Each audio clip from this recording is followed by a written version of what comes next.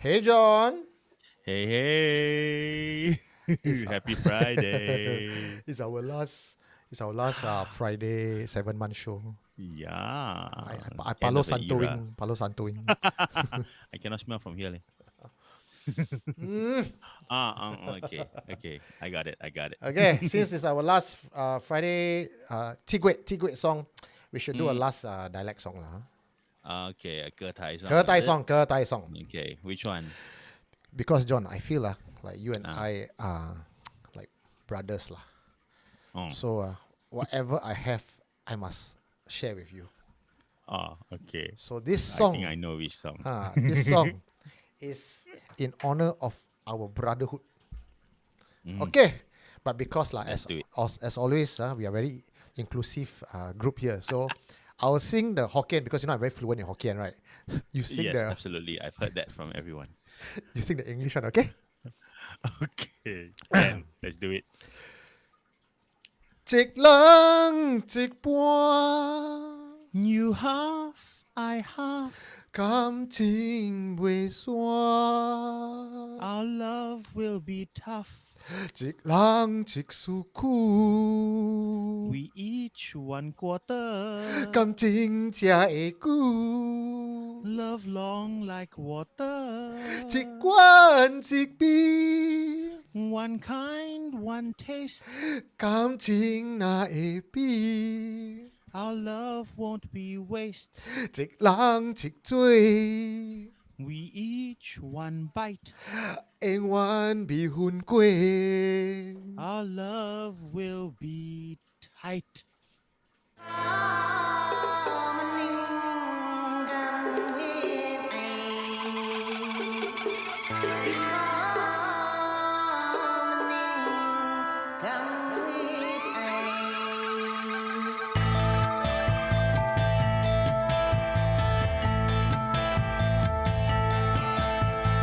Oh, Miss B, go away, don't disturb me. I have done no wrong, just go away and let me be. My mother and father, they warning me with the story.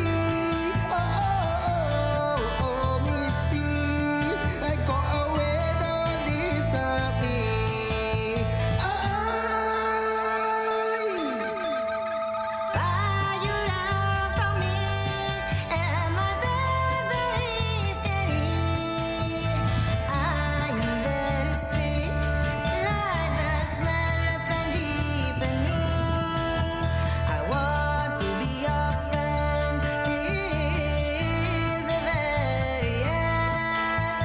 Love me, you annoy the ones that hate you.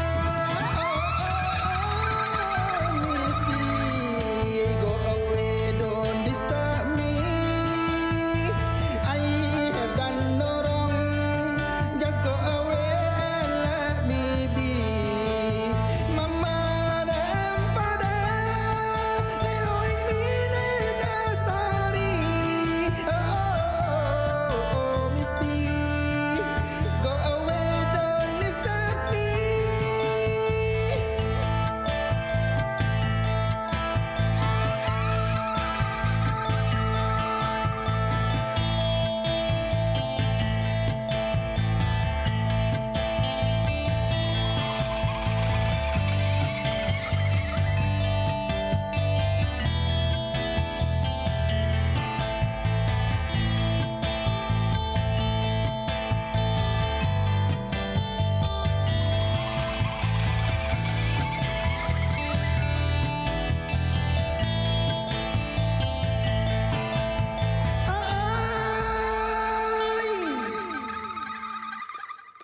I really don't feel good. We're getting a Is anyone here? What did you find? You are listening to Supernatural Confessions. Welcome to Friday Night Live, ladies and gentlemen, with us, your host, the Prince of Paranormal, Eugene Tay, and the Immortal, Jonathan Lin. You know, How's our duet, guys? Do you like I it? think people are traumatized by the duet. Mr. David straight away said, "My stomach." Maybe he got butterflies in his stomach. That's what he's Oh, trying to I see. say. Yes, is that good or bad? Okay, like he did say afterwards that we should have a SC duo album. So Wow. I guess he wants more of the same cruel torment. Okay. I think Miss P was asking for a Miss P Hokkien version. Wow. Please do. Someone who knows Hokkien very well can translate it, Miss P. and we will do it. Go away, don't disturb me. Le siam pi mai kachawa. I have done no wrong. Wasimisai also never do. I don't know what lah. 6:30 lah, Yeah. your Hokkien. Okay, so, you must do a professional one. Do a professional I know one. Mark Shipo, Ariel, KKs all can do Cantonese because they have been translating Ah. Cantonese for me. Desmond as well. Thank you guys. So if you feel the urge to translate Miss P to a Cantonese and or Hokkien version, John and I will attempt to sing it. If you do one for every dialect, also we do lah. Okay. That will last us to the end of the season. Okay? Alright. So that's the challenge we throw out there. Okay. Like and share, guys. Like and share, Yes. please. Today will be the last episode of the 7-month series. So Yeah. after that, all the 7-month story, I will collate again for 2024. Next year. In fact, today I just did an interview with Alvin Sensei, and he told me 45 minutes worth of army Wow. story, which will go to the Patreons first, and for the rest of you guys, next year SAF Day 2024 I'll release. Okay, we got lots of folks here. A lot of folks who came very early as Mm. well. So that's cool. Just jumping first of all on the one comment that made me feel very envious. Reka. I see. Reka from Southeast Melbourne, where Oh. it's 2 degrees. Oh, nice lah, nice, wow. very So nice, very jealous of nice. you. It's so freaking hot here. So yes, Reka, don't make us drool. Okay. So let's see who's with us today. All right, do the honors, Wow. please. Yeah, I mean, usual suspects definitely. Brina, Jujube, yes, Mavis is here. Hanje, Alsatian is here. Jacqueline is here. Some are newish sounding names. Fadlin Shah, is that new? Lin Fadlin Shah. I think Mm, so. Yeah. Joe Iswari is here. League of Angels, hello. Mm. Yay. Anna May Chikone is here. Mm. Big Teo. Big Teo. I like that. Mm. Rich is here. Rich. Sin is here. Yeah. Weasel 2299. I'm not familiar with that. No, And the first time also, mailing- yeah. Mailing Liu says, I'm Marissa and I'm excited to tune in SC Live. I have been Yay. listening on Spotify for a month. Come on. Yay. I hope you like the Spotify version as well. I think it captures the essence of Friday Night Live. Nice, but without the faces. No, have you not watched our Spotify? Got the faces. Now got okay video. lah. Spotify got video already. Oh. Okay, Carlos Core. Ah. Of course, as usual. Mm. Eunice Kwang, our glorious host in KL. Mm. Hello. Espra. Who's Espra? That's nice. Elliot BD. here as well. Okay. James Chuang. Patrina Lim. Hello. I hope she's Okay. feeling better. Remember the last time she came on? I think 3 weeks ago she was not feeling too well. Kimberly C. She says, oh my God, love the profile pic. So Nancy Drew inspired. Hey, what about Hardy Boys lah? At least straight away she jumped to Nancy Drew. Okay, Achilles Aries is here. Frankie is here. Ooh, okay. Wow. I know what Who Achilles else? Aries is waiting for. Is waiting for the dissection of What? our cemetery ritual tonight, where we say in cemetery ritual we've caught some orbs and possibly some unexplainable effects. So today we're going to play it here for you, and you guys and us, we're going to dissect it together. I have no idea where that's gonna go, but okay, let's do that. Sounds like fun. Okay, Ernest Gokato. Oh, that's definitely new. Who's saying kwang kwang kwang? I don't know why. Don't know. Demonic Slayer is here. Vicky is here. Josebo, Chin An, Isabel Ross. Hello. That's a name from the past. No lah. Hello. He was confessing, I think, a few weeks ago. But okay lah, she's not been lah. here for a few weeks. For the part from my past, as in all the way back from Mm, Ghost Mortem. yes. Yes. Oh, Anna Wong saying, Wow. "Good evening, SC fam, ministers of Ministry of Supernatural." Yes, thank you. Where's my logo? My logo. Let me see. Elia Mona Lisa, hello, Mr. David. RSVP by Gray. Alwin Sensei is there. Okay. Is he at your house hiding in the corner No. somewhere? or He did went back go already. home? He went back Okay. already. I never know. I never know where they're hiding. Mm. Okay. Wow. If you're new here or if you're coming in from overseas, please let us know. Say hi so we can give you a shout out. Okay. Humble, ultra light. Oh, okay. I like that. Okay. Realm Lee. Wow. Realm Lee is asking who is Miss P. Oh, that's a mystery. She's our apex predator, lah. You know, Mm. our resident hantu. The diva of all hantus. Yeah. Woo. How come? Candy Chia, Mm, hello. how come Is today that Eugene water Ware you're been? drinking? Yeah, I've been John. I've been Yes. determined to lose weight, so I've been eating just one meal a day for the last few days. Even just now, Okay. when I had dinner, there's no cups, so no sweet drinks, Oh. just water. And why I wear beanie? Aw, Because today I why? take lang cek puan with you, ma. I see. Well done. Someone already said the Beanie Bros are back. Then if anyone Yay. says Beanie Bros, that's because you guys are from the Ghost Mortem. Mortem. Because I would wear a beanie with John and we would dissect shows. So for my just sort of differentiates my Friday Night Live persona to my Tuesday persona. I see, but now all the worlds are colliding. Yes, because the multiverse is here. Yeah. Okay. Navin Network says, Eugene, where is the Teacher's Day special? Okay lah, I will have Um, I have. You see, guys, sometimes when I curate stories, I must put them together. You know, like artists, I must choose. But the school stories I have in my archive, I don't feel it shock. okay. It doesn't we hit the wait- spot. We wait till we collect more. Yeah. Then maybe we can do for Children's Day also. Well, Yeah, Children so Day is either the one. horror itself lah. Oh. Wow. Okay. So yeah, give us a shout out if you are new or if you're coming in from overseas. Yay. Wow. Okay, and we definitely cannot miss out some very important people who make our show possible. These are our patrons, Patreons. Right, so patreon.com Supernatural Confessions. We have Chua Elaine, Alsatian Adrian Chua, Yumiko Grim, ZP Matt, Queen Lai, Lim Teck Chuan, Achilles Aries, Elwin Sensei VL, Casey Chan, Alexa O, which is a new name from a couple of weeks back, Janice Ang, new name this week, Wandering Spirits, we have Karina J, Joel Go, Deborah Confield, Chia King To, Linda Hayden, Iliex, Jesslyn N, Jess Neo, Jerry Fish, Bibi Teo, who I am getting a confession from on Friday the 13th. She's cooking mee siam for me. And then we Te Hak Hui, 2 cents. Restless Souls, Sichiato, Grace Chai, Kenny Chia, Ron Jack Ong, Kenny Polaris, Nicholas Pua, Alvin Lim, Burke, B.A. Carolam, and a new name this week, Serene Tan. So if you want to join us as our Patreon, which you will get to hear my full behind the scenes stories. Sometimes I will share with you stuff when I'm on the case, and you just generally get a lot of behind the scenes stuff that I don't put generally online lah. Yeah, so good stuff all around.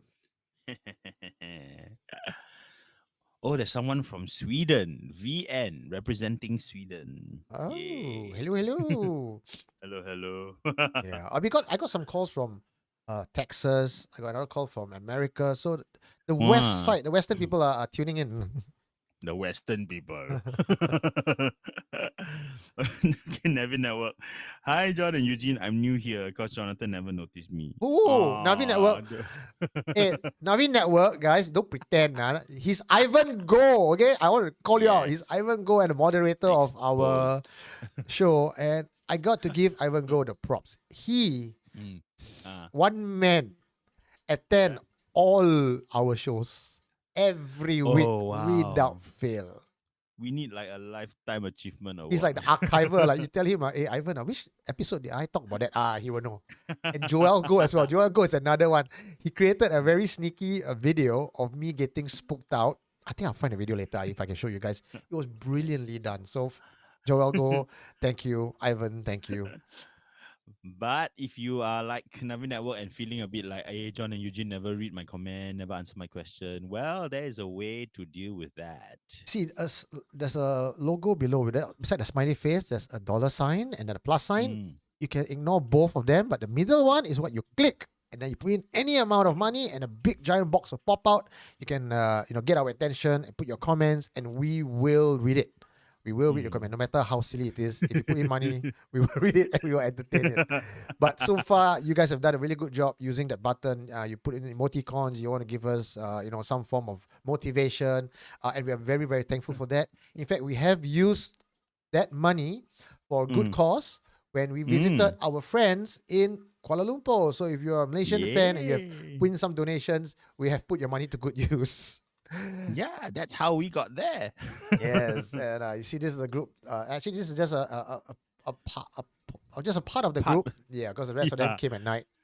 Yeah, people kept coming and going, so it was very hard to get one big shot. But Mm. this is quite early on. I can still see it was sunlight. Yes, yes, yes. Okay. We arrived at 2. There are people there already, and I think we Yep. we partied, tell ghost stories all the way till I lost track of time, lah. Till they wanted all of us out. of the place. Yeah. And it was a fascinating place, though. This wonderful yeah. place. I wish I could bring all our Singaporean SC fans there because it's such a gorgeous place. Creepy, and he has stories of his own. Why Ooh. is Thor in the pic? Carlos Cole, I Oh, that's said the Thor. same thing. And his girlfriend, or his wife, sorry, he said, please don't tell him that. I have to deal with that later on. Yeah.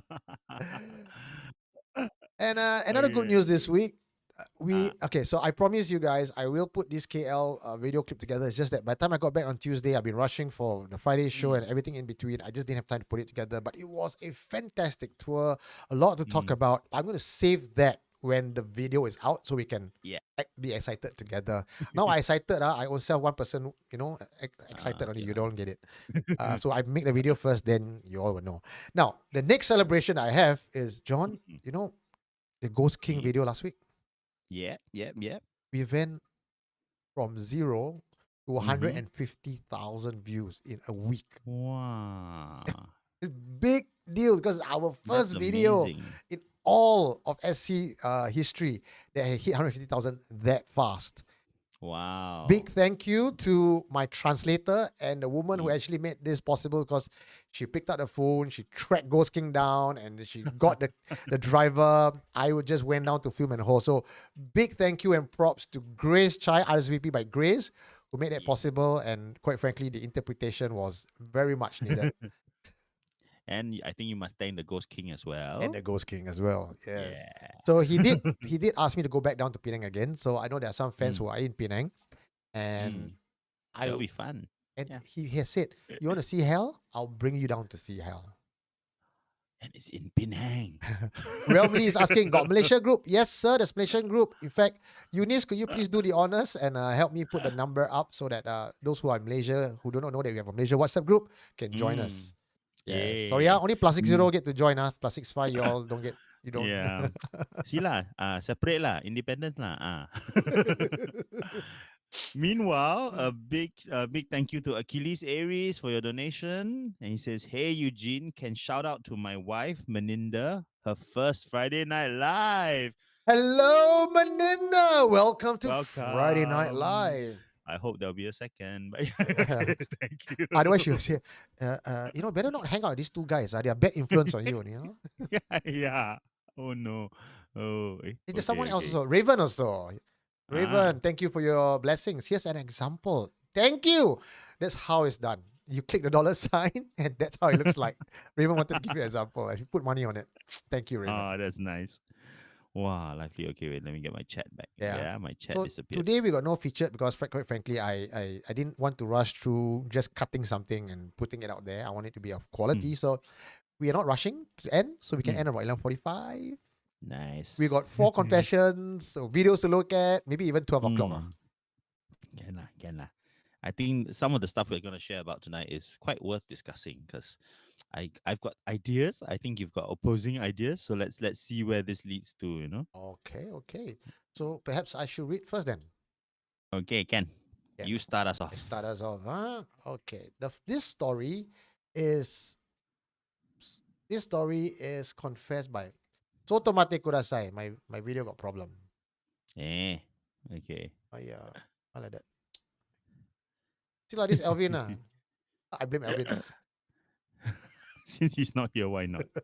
Okay. This one is from a friend of mine, gamer friend. Very holy, everything. You know, thank God. So his name is KS for short. I didn't want to reveal his full name, but he told me hell is real, and I was like, okay, this is a conversation we need to have. And then he confessed his story, which was quite rare, and I do enjoy this one. I think we would have a lot to talk about, including you guys watching at home. What do you think of this? Yeah, I think in the confession he did pose a mini challenge to us, John. Yeah. I'm waiting to How respond to dare, the ah? challenge. Come. Okay, let's go. You doubt the ministry?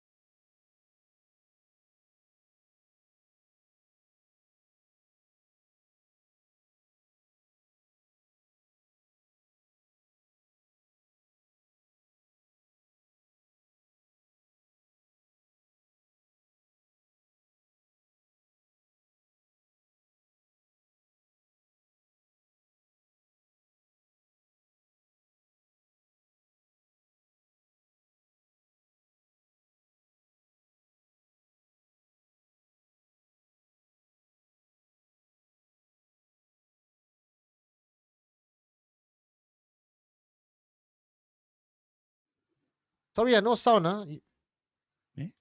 Why, Eh? I say lah. Oh, yeah. I know why. I can hear you though, Eh? but yeah. Okay, I know why. Because last week Alvin was using my mic. Anyway, that was embarrassing. Let's take it back one more time.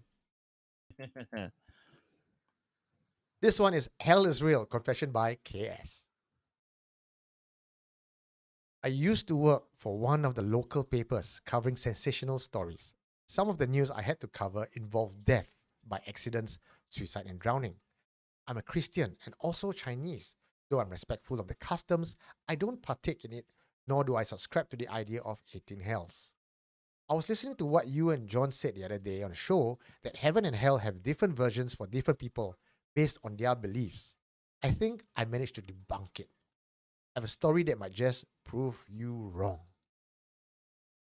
I used to work, I was listening to one of the stories I was sent to cover involved a suicide of a Filipino maid that took place during the 7th month, in one of the notorious estates of the north that is known for frequent jumpers. In most religions that I am aware of, suicide is unacceptable. The soul either lingers in between worlds or they are sent to purgatory. I think on this assignment, I must have brought something back with me because that very night I got home, I had a series of nightmares. I started getting visions from the point of view of the person walking to the ledge and jumping off. The night repeated itself. The nightmare repeated itself night after night for over a week. I can't see the face because I'm looking through the person's eyes, but from the dressing, I can recognize it was the body of the maid. I wasn't as afraid, to be honest. I took it as a sign that she was blessing me with a story to report her death. The dream stopped for a week, but the following week, I started having horrendous visions, and this one scared me. I would drift in and out of my dream state, even in the day. I resorted to carrying my Bible with me everywhere I go and read the verses to keep my mind active. The minute my mind goes into a relaxed state, I would slip into a semi-sleep state and the visions would come again. I see the maid this time, not through her eyes, standing in my peripheral vision or in the corner of my room, seeming to communicate with me, except she has no head. One night, I plucked up the courage to confront her. I prayed for strength and guidance and mentally readied myself for a visit. Instead of letting her find me in my sleep, I closed my eyes and recited the Lord's Prayer over and over. It took quite a while, actually. I would say almost half an hour until I felt a shift in my mind. When I opened my eyes, I saw her standing there. Although my table lamp was turned on, but the room was still relatively dim, I could see her clearly, as if her light source came from somewhere else. I felt she wanted me to see something. She's been trying to communicate for days, but I wouldn't let her come close. This time, somehow I felt more ready. Strangely, I wasn't afraid. In my heart, I agreed. Agreed to what? I can't tell. But immediately after I agreed, the scene changed and I was in an area I can only describe as hell. The cries and the wails were very chilling.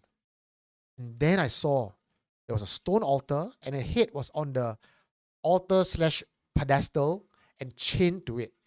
Around her are creatures with animal heads, quite grotesque looking and misshapen. I recognize the environment to be something out of the Haw Par Villa exhibit. It's not quite that, but, well, that's the closest description I can give you. I knew then that she was being punished and her head was removed, even though her body could roam earth, but she would be in perpetual hunger. A voice boomed, "You shouldn't be here." Then I flew back into my body and I woke up. The dream still occurred the next few days, but each time it came, I just prayed it away. After the 7-month festival ended, the dreams and vision also went away.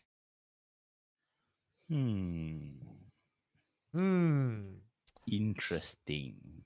Nice, huh? This one Interesting. quite Yes. quite different. Quite different. I wasn't expecting this. Yes. Come, Nancy Drew, come on the case. What do you guys think? Let us know Wow. what you think. This one we should all get in on this, guys. Yeah. So was he getting a glimpse of hell? Was the maid showing him something? Why was she showing him that? You know, what were his visions? Something coming from her, or were they something coming from himself? That's interesting. What do you think, Eugene? Come, it cannot be the jinn, so you have to start from scratch. I'm looking at all the comments just flying upwards. People saying no sound and everything.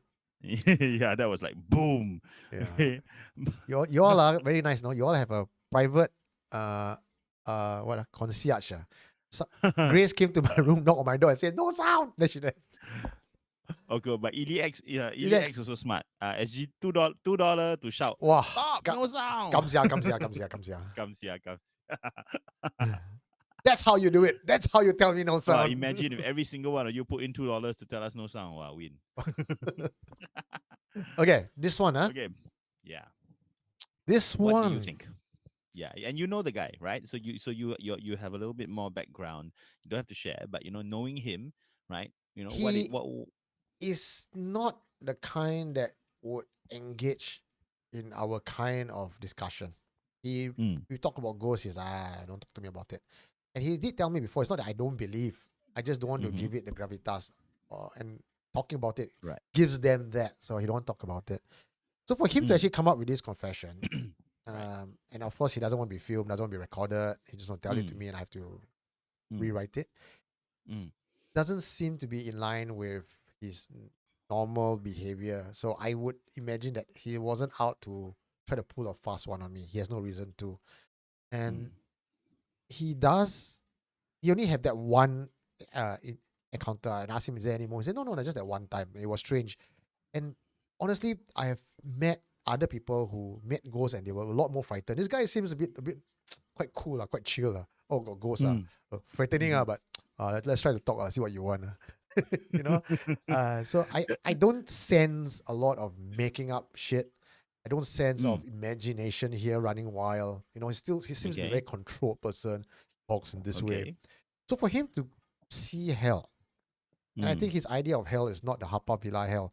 So for those who are watching from Sweden or Australia, Haw Par Villa is a tourist spot in Singapore where it's known for having a hell exhibit. John, you probably know this better. You want to Tell us about it. Yeah, I mean it's a place that has lots of Chinese myths and legends portrayed in dioramas, but one of the most famous ones depicts the 10 courts of hell, where you learn who judges each court and what the punishments are for various sins. So it's a journey through hell, yeah, made built in concrete and quite graphic. Mm, Lots of decapitations and people sliced in half mm, and crushed under stones and all that. So very vivid. Right? Anyone who has visited it before, definitely if you visited as a child, it would have mm. stuck in your memory.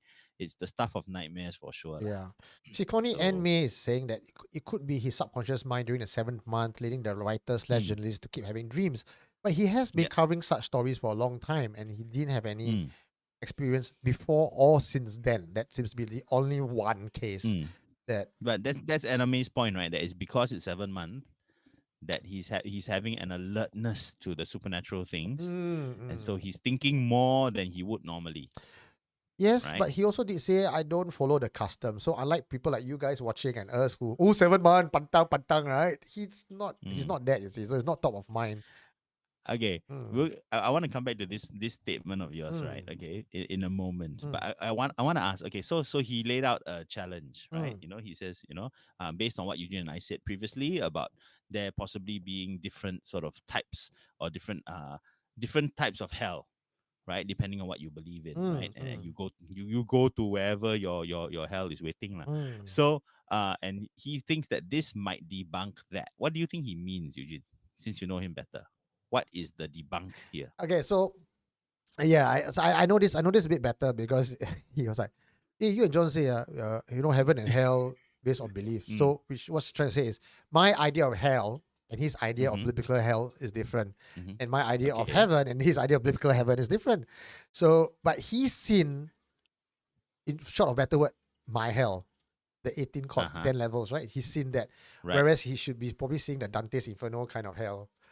Right. And we say that Chinese or Taoist, if you believe in the afterlife that way, then you will go into that Mm. that version of hell. But this was an Indian lady, and we can assume she's either probably Hindu lah, right, or at least the Indian god side, and not a Taoist side. So he's Christian, that's Hindu, but she's in a Chinese hell, and he can Mhm. see the Chinese hell cross Right. culture. Mm. So he's like, not true. Mm. I can, it's Indian girl still in Chinese hell. That means your idea of personal belief doesn't make sense. So underlying that challenge, is he trying to say that by debunking our theory, he's saying that there's only one hell and it's the Chinese hell? I thought of that. I thought of that. Wow. I didn't want to tell it to The- him then, but I was saving it for tonight. The Yama King will be so proud of you. Okay? You get a medal. When he You get told a me that, I was medal. like, yeah. So that means the Yama one is correct lah. The Dante one not so lah. Wow. Oh dear. Okay, wait. First of all, before it disappears too hard in the scrolling, thank you, Missy Sam, for your donation for the private concierge Grace. Yeah. Okay. So, what do you guys think about this debunk? Right? Does it really sort of prove that Eugene and I have got our theories all jumbled up? Is it possible that the Chinese hell rules all? That's quite. China would love it. Okay, my personal take on it, right, is quite straightforward. This KS, right, he is Chinese, right? Yeah. Right, he's Chinese, and you pointed out earlier that you said he doesn't follow the rituals. He doesn't do anything particularly sort of how would you? He doesn't do the things that Taoist believers would do. Right. His belief system is Christian. His rituals are Christian, right? Yeah. But two things I noticed straight away. Mm. One is that he was very early on saying that he felt something followed him back. Mm. That's not very Christian thinking. That's the Singaporean side. That's my grandma. That's my grandma. Okay. And then straight away, when my grandma says things like that, her Christian friends will tell her, no, don't think like that. Right. So that's the first thing. And then there was then the other point also. Oh no, okay, wait, I wrote it down and I've lost it now. Wait. Oh, wait. I lost my point.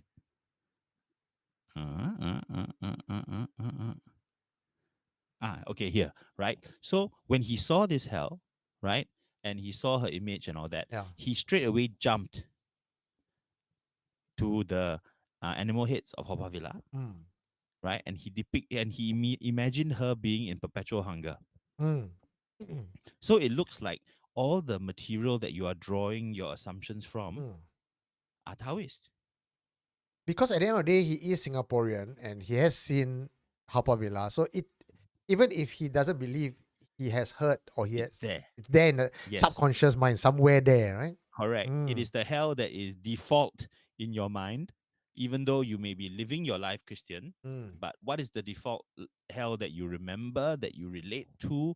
If I were to throw someone from Singapore Mm. into a truly Dante hell, Mm. you wouldn't recognize it. Mm. You wouldn't recognize it at all, and your mind would struggle to make sense of it. Instead, this is the hell that you would remember, you would make sense of. So any vision coming to you, regardless of the intention of whoever sending it, will always be translated by the one receiving it.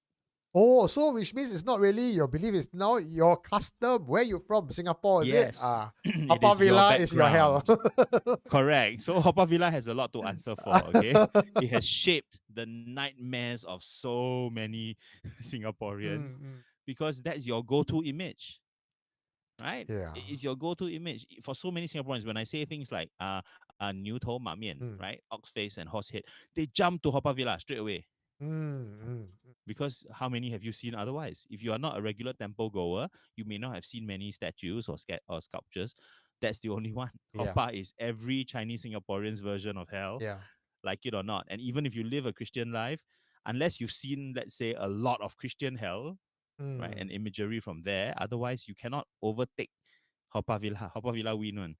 Yeah. Maybe Stay saying he may be Christian, but his DNA is still local Chinese. That's true. Mm. That's true. Yeah, So absolutely. you yeah. probably So it's a brought up with cultural DNA. cultural DNA. Cultural Correct. DNA, right? It Mm. goes deeper than you think.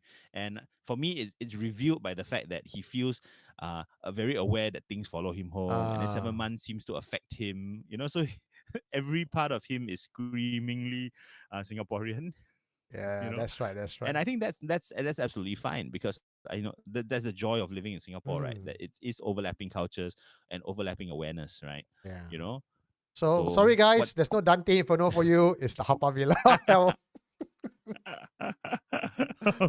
We are all in Haw Par Villa. Mm. Oh dear. Okay, fat zombie movies is saying my hell would be being stuck in immigration queue for eternity. Yeah, see, that's what Ooh. personal hells are. Okay. Mm.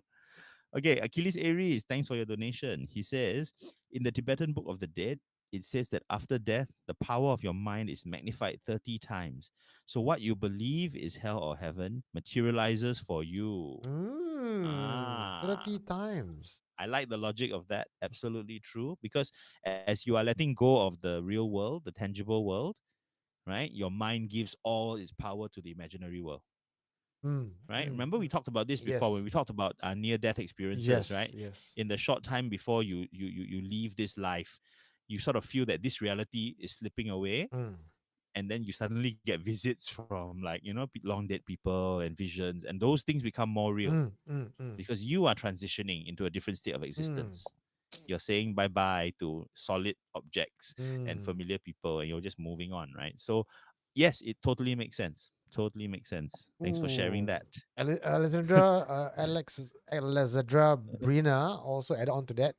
100 times including wisdom. Body is a prison. Yep, absolutely true.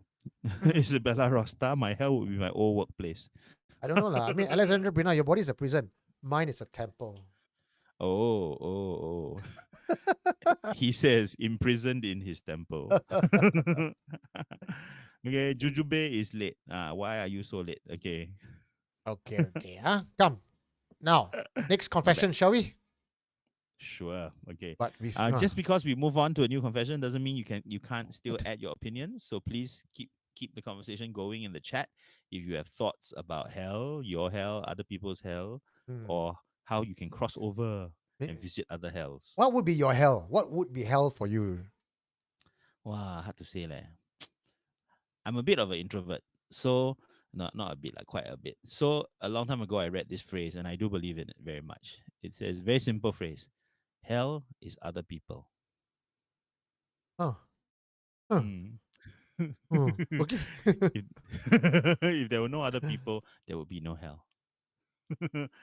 So, Yeah, I can some kind of days, get that. Yeah. some days I feel that very much. Mm, No lah, but hell is ultimately very subjective lah. yeah. You know, yeah, and I think it's easy to think of hell as one solid concept, Mm, but in order for hell to be truly effective, it does have to be so fluid and so yeah. customized and so specific to any individual, right? Mm, Hell cannot be one block. They'll be very useless yeah because lah. people can cope with things, that are sort of monolithic, Yeah. right? But the moment something is adaptable to you, then Mm, it's very hard to escape. that's like Hellraiser So already.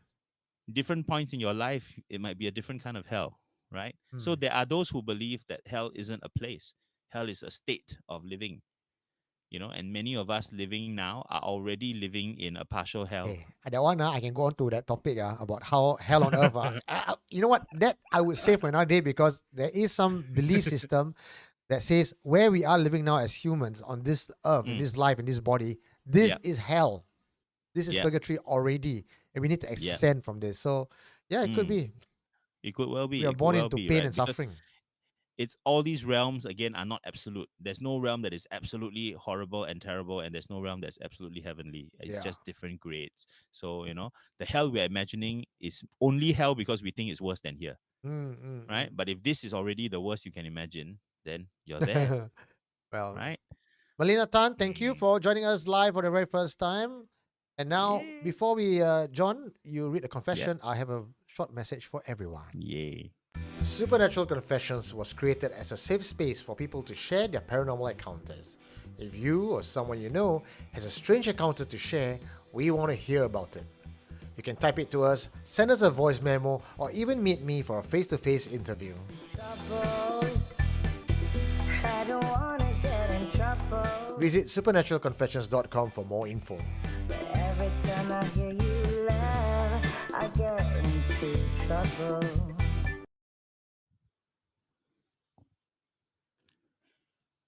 Growing up, I would stay with my uncle at Tanglin Estate when my mum had to work late. He used to run a Sintua, a home temple, praying to the monkey god. I would help around the house and learn a thing or two from him. Later on in life, I converted to Christianity and followed a different path from my family, but the lessons and stories remained in my heart. I have many stories to share with you, but this one I want to share has something to do with the last day of the 7th month. In the Chinese and Taoist belief, all the ghosts will be heralded back to hell on the closing of the festival, and there will be a big feast and lots of burning of offerings. Last one for the road. But there would always be some ghosts that don't want to go back. That's when the hell guardians would come and find them and drag them back to hell for punishment. My uncle was not fond of the guardians very much. He said they got no mercy one, just blanket punish everyone without justice.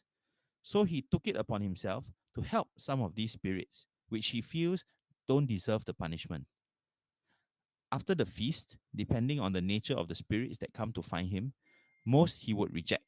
But those that he thinks deserve a second chance, he would hide them under his altar. I remember being a child, I didn't question much. Also, I felt uncle was doing a good deed. I would help him tie white thread under the four legs of the altar, and my uncle would chant some phrases and pass talismans all around. This was supposed to hide the ghosts. He would then tell me, no matter what I hear at night, don't come out. From my room, I would stay up at night and I really can hear, like what people describe, the sound of chains and cries. That's when you know the guardians have arrived. Uncle would be sitting outside and I could hear him talking in dialect to some people, but I couldn't hear any replies. So it would sound like he's talking to himself. My uncle doesn't have to work for a living. Most of his money comes from either donations or through 4D luck. 7 month and the month after is usually the time he has windfall after windfall. My uncle somehow knew when he was going to die and said better to enjoy when he can. He passed away peacefully in his bed at the age of 50. Every time during the 7 month, I will think back on my childhood and wonder if someone is doing for his spirit what he had done for the others. Nice man. Nice man, huh? Nice I man. like this one. I like this fella. He's like the the guy who come, you hide under here, you hide under here. Yeah. Like a resistance fight, 7 month resistance fighter. Wow. Oh my goodness. But I wonder how he judges who are the ones that are worthy and No, who are the no, ones never that are say unworthy. because Yeah. the confessor was too young to ask this kind of question. There was not much of that concept. He was just Yeah. like just doing it for the uncle, but he knows go inside the room, don't Mm. come out, and he could hear chains dragging, uncle talking. So he must have been what, negotiating with the guardians, Or I don't like or like, nothing to see here. or Move along. distracting. No, nothing here. It's like, when you watch those World War II movies, and you have like you have resistance hiding in the basement, right? Then Yeah. the Nazis come and you're like, yeah, come have more tea, distract them. I can't Wow, help but interesting. think because Mm. you cannot hide this secret from the gods or the divine forever. You Mm. are but mortal men. There are some ways to, play the loophole, to blind things, right? Yeah. But when you die and then you go to hell and there's this book and it opens up and go like, it seems that you have done this, right? Mm. Wouldn't you get punished? No, because when you get to the ultimate final judgment, Uh-huh. right? In other words, not middle management, you go to top management, Uh. right? Your final supreme judge, right? I think they can see the intention of what you're doing, right? And what he was doing was karmically good, right? Wow. It may have been contrary to the existing laws at the moment, but that's human law, right? Or that's the guardian's law. But the divine law of karma, it was done out of kindness, it was done out of compassion. Compassion is never ever cancel out. On the other hand, I also feel that Mm. in the underworld, in the Chinese, the Happavilla version of hell, Yes. they are not very kind and they're not very just. It's like everyone just small Okay, lie, big lies, cut off, same. No. Oh, you minor crime, you major crime. No, you that level means that level. Okay. So this is our Chinese way of seeing things, right? Is, yes, you told a lie, you get a smack, and then I give you a sweep because you told a lie for a good reason. No such thing, Yes, okay, never get because sweet okay lah, because you only never got a tell for a smack, good reason. You only tell the lie for fun, because the very existence of the Chinese hell, right, serves to illustrate that the evil needs to be cleansed, needs to be sort of sorted out, right? But it doesn't damage the good. It doesn't detract from the good. So just because you have lived a good life doesn't mean you don't get punished. Because in that good life, you have done certain things that hurt certain people. Those debts must be paid. But the good karma is not cancelled out by the bad karma. Okay, but It's also a different. don't forget he keep winning 4D, so maybe he already cashed in his karma. Cash in his good merit when he's alive.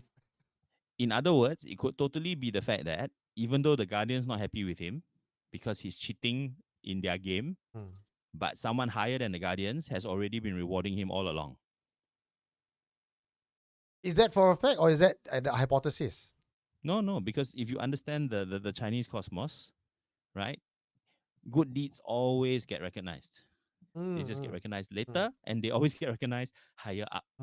Yeah, the Guardians are only like the police constables, or maybe the sergeants, right? But the superintendent at the top, or the judge higher than that, can see the intention behind. But doesn't mean that just because you meant good means you can get scot-free lah. No, of course not. You cheated, you sabotage my constable, you smack my sergeant in the face, then you deserve a small punishment. But yes, these are two separate books. So your good karma and your bad karma are in two different columns in the accounting. Okay. They do not cancel each other out. That's why it's very neat. Otherwise, it's very hard to reincarnate lah. Okay. Yeah. So doing good deeds in slightly unofficial, sneaky ways, they are still good, but you will get punished for the sneaky ways lah. Yeah, absolutely. Absolutely, right. It's neither, we are not the kind of easy morality where good means all good, bad means all bad. No, it's always going to be a balance, Okay. right? Yeah, makes sense. Makes sense. Makes sense. So that means there's hope for all of us because no matter how bad we are, there is still time to catch up on the coming list. Sure, you got lifetimes to go. Okay. Mm. Okay, a big thank you to Jason Lim for your donation. Yeah, here's a question. Why did the SC fam refuse to watch Silent FNL earlier with no audio? Because they cannot handle the eerie silence. We prefer haunting sound. Wow, if your idea of haunting sound is me and Eugene, then get ready to be haunted. Thank you, Jason. Okay, very good. What do you guys think? Yeah, I want to let's see hear what you guys the have to say. comments say. Yeah, wow. Okay, N3P2, nice name, says, I think hell has geographical restrictions. Maybe different parts of the world have different types of hell manifesting for the dead. Egypt has Anubis, etc., etc. Yeah, I wonder how geography plays into this, right? Like, would a Chinese person living in Egypt still see Haw Villa hell? Or I guess living there would kind of you get involved in that kind of culture, right? And that would sort of, it depends on how long you live there, I guess. And how much you believe in it, right? It's very hard to change core beliefs, right? The ones that got you first when you were a child, those are the ones The you seed latch that's planted. onto. So, yes. yeah. So even if you're living in a totally foreign land, I think you will have very, very private dreams of your own. I like hell. Alexa O is actually one of our patrons, and she's saying, Ah. finally caught the live podcast. Welcome. Welcome. Everyone's sins opens the right to the devil to torture you when you're in hell. Everyone's sins are different, and therefore pain is different for every soul. That's what Edwin says. That is correct. Personal hell lah. Absolutely. Okay. All right, Ken. Now, I think we got two more confessions. Yes, we do. You want to do the video or you want to do the confessions next? Let's do one more confession. One I think. more. All Yeah. right. This one. Hang in there for the videos coming to you soon. This one I like it also. This one is another feel good 7-month story. That's nice. So the whole month we scare you, the ending we give you some feel good story lah. Okay. I find stories like this extremely rare. So when I got this, I felt I need to tell it to you guys tonight. This one is the Kind Pakcik of Telok Blangah, confession by Fu. This one is not really a ghost story, but it's something I feel Supernatural Confessions listeners will appreciate. For Chinese Hungry Ghost Month, you usually see only Chinese burning offerings. And I remember you and John joked that Chinese ghosts only come out during this time. In Telok Blangah, where I live, there's an old man who would offer kemenyan for the spirits as well. He would sit down under the void deck with his burner and light up his kemenyan and pray. One day, I decided to sit with him and asked him what he was doing. Giving something to the hantu, he said with a laugh. They consume the smoke. I see you Chinese people buy chicken, buy babi all. You think they can eat? Give ants eat only lah. They consume the offerings by smoke. Then you just think about what message and what things you want to give them. You direct it and say it to the smoke. They will receive it. He asked me once before if I wanted to see them. He can open my third eye. Of course, I said, you siao ah. What do you think about this, Eugene and John? I would love to hear what your thoughts on this are. I love this, yeah. What a very wise man. And again, one of those blessings about living in Singapore, right?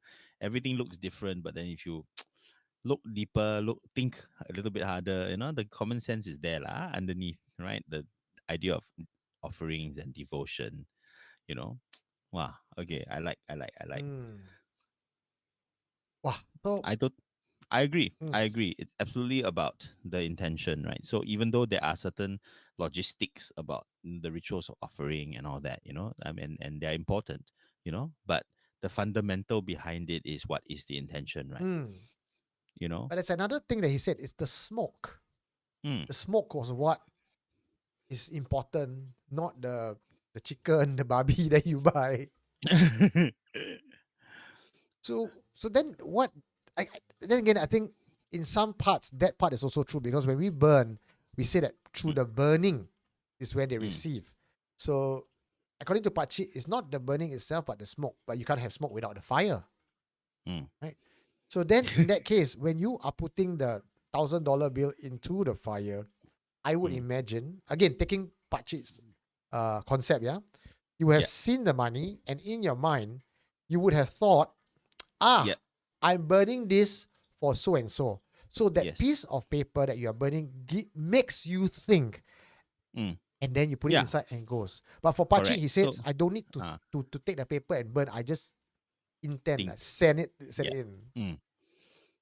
I think he's more disciplined in his mind than average people. Average people, you need to see, then concentrate, So the idea of burning a house, burning a car, it serves to focus our intentions, right? And sort of, and also make you feel better about it, right? Some people have no imagination. When you ask them, like, you burn and imagine, you end up burning and then they receive nothing. It's like, why your Yeah. imagination so weak? So it's better to have something physical there to make sure that you're Mm. thinking the right thoughts. Yeah. Okay. Aiyo. Otherwise, don't know what nonsense they receive. So Chu CH is asking me why I don't wear my specs anymore, and someone was saying, what's my beanie? Okay, I show you my hair and my specs, okay? And also to Chantel Lee, thank you for your blessings. This one is for you. Ha! It's hell.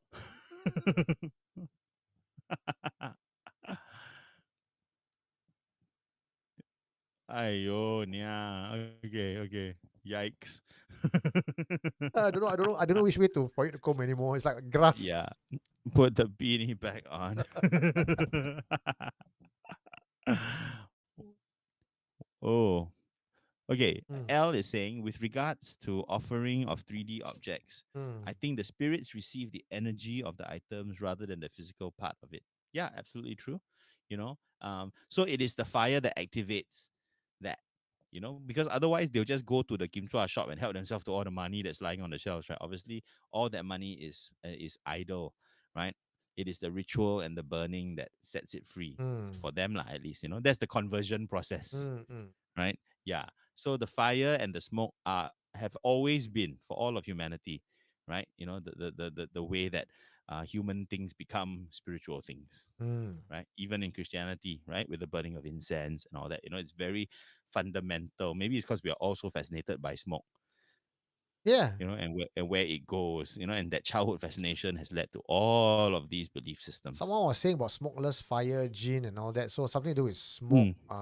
Yeah. Someone was saying yeah. Kamiyan, the spirits like Kamiyan. Yeah. So I think there's some truth to that. I think okay, like in terms of as the Ministry of Supernatural Affairs, we do hereby accept Pakcik's theory on how spirits eat. And I think next year 7 month, a lot of paper business will be badly hit lah. No was Okay, but Supernatural Confession said don't there eat. has we have made a distinction just last week, in fact, right? Between the two types of offerings that we offer during 7 months, right? The two types of food offerings. Right? The food offerings that lose their flavor and the food offerings that retain their flavor. So it's not just the smoke, or maybe it's not smoke per se, right? But I suggested, right, is the energy of it. So so for those who missed out, right, they believe that when you offer food to the Hao Xiong Di, right, to the departed, they do somehow consume something of it because the taste seems to disappear. People who have tasted the food afterwards distinctly say that it loses its flavor, whereas the same type of food offered for the gods retains its flavor. So both are consuming something that is not physically explainable or scientifically definable, and the gods obviously consume a more transient version of it. Maybe I would like to see it as this: the gods consume the thought of the food, so they leave the food as it is. They just like the idea, but the dead consume the essence of the food, which is the most important thing of it, which is the taste. But they still leave the physical. But these two things are still, in a sense, what you send up in the smoke, because when you burn it, it is the thought and the essence that become the smoke. Okay. What you're left with is ash. right? I can't. I was smiling and laughing as you're telling it because I saw Why? I saw Jason Lim's joke. Okay, tell. You know, Jason Lim's our resident dad joke generator. I thought this one is quite interesting. Okay, John, Eh, how do you make a ghost laugh in the 10 courts of hell? don't know. Tell a hilarious joke. Nonsense, you. Nonsense. Okay. I like this one. You know, I think we should start compiling Jason's joke every other week. Put it into a compilation. Thank you, Jason, for that joke. Beautiful. I love that one. Okay, I lost my thread. Never mind. Don't care. Okay. Okay. Okay. So now it's 10:57. It's 11 o'clock. We got one last confessions to go to, and is there any other things that you guys want to tell us that we can read it out while John finds his thread?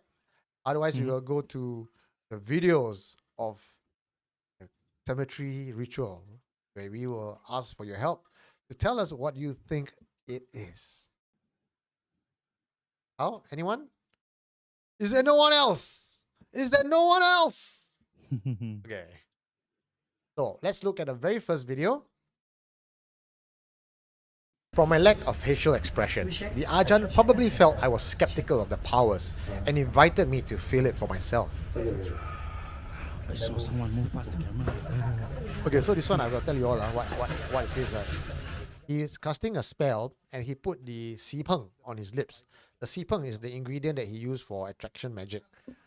And he can make things attract or repel. So the previous video, if you watch it on the main feature, is attraction. This one when I'm holding is repelling. So I'm holding it, I'm checking it, I touched it. It's nothing but a piece of bamboo. Okay? Mhm. So nothing special about it. But when I can I hear myself? Yeah.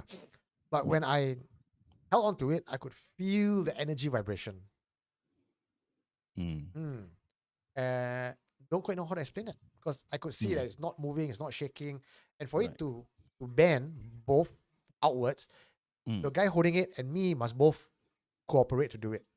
But I was not moving at all, and I was not feeling the push from him where the thing goes out on its own. It just, whoop, and I could feel the vibration. Wow. Jujube, love SC fam. Also, I'm a bit mabok lah. That's why love everybody. I think Jujube is drunk donations. Yeah. Keep it coming. Keep it coming. Okay, so that one. Anybody want to explain? If not, I'll take the Ajahn's word for it, where it is really his magic. So in his line, when he was explaining to me, he says, "If I can do this to inanimate objects. Guess what I can do to two human beings." Wow. So all your love spell, everything, that's how it's done. I see. You can hypnotize your rod, is it? You can go, you can vibrate and go closer to. Yeah, see? Yeah, that's a good advertisement. But then it'd be two rods coming together. Oh dear, okay. Kinky lah, this Ajahn. Okay. Okay, next one, Okay. So anything to debunk? Nothing to debunk, that one? Cannot see from video lah, so cannot tell lah. Have to be there. Have to be there in lah. person. Okay. Yeah, have to feel the rod yourself. Japanese asking me, Yeah. Eugene, you're puzzled. Is it possession? No, I wasn't possessed. I was just ooh. I felt the vibrations. So I went ooh. Okay, this one. This is the high quality raw footage I got from my contact. The flight pattern of this orb doesn't seem to me to be that of an insect or lens flare from the flame. And what is strange is that this orb suddenly just dove down and disappeared. All right. So you saw that again? Want to see that one more time? Yeah, of course, not enough. This is the high quality raw footage I got from my contact. The flight pattern of this orb doesn't seem to me to be that of an insect or lens flare from the flame.